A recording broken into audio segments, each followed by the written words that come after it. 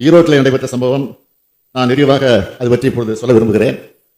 சேலம் மாவட்டம் கிச்சிப்பாளையத்தை சார்ந்த சரித்திர பதிவேடு குற்றவாளியான ஜான் என்கிற சாணக்கியன் என்பவர் உயர்நீதிமன்ற நிபந்தனை பிணையின் அடிப்படையில் அன்னதானப்பட்டி காவல் நிலையத்தில் நேற்று கையொப்பமிட்டுவிட்டு தன்னுடைய மனைவியுடன் காரில் திருப்பூர் நோக்கி சென்று கொண்டிருந்த போது பின்னால் காரில் சென்ற அடையாளம் தெரியாத சிலர் இருவரையும் அறிவாளால் தாக்கிவிட்டு தப்பி சென்றிருக்கிறார்கள். காயமடைந்த சாணக்கியன் நிகழ்விடத்திலேயே உயிரிழந்து விட்டார். அவருடைய மனைவி சித்தோடு தனியார் மருத்துவமனையில் அனுமதிக்கப்பட்டிருக்கிறார்.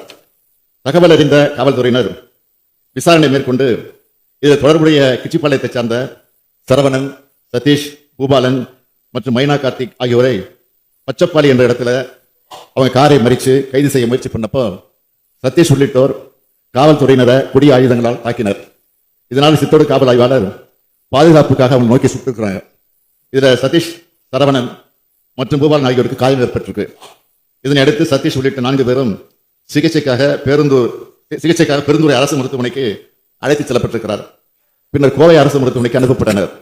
கிச்சிப்பாளையத்தை சார்ந்த சரித்திர பதிவேடு குற்றவாளி சரதோட கடந்த 2020ஆம் ஆண்டு சேலம் மாநகரில் கொலை செய்யப்பட்ட வழக்கில் சாணக்கியன் 2வது எதிரி என்பதால அதுக்கு பழிவாங்குகிற நோக்கத்தில் இந்த சம்பவம் நடந்திருக்கலாம்னு முதற்கட்ட விசாரணையில தெரியுது.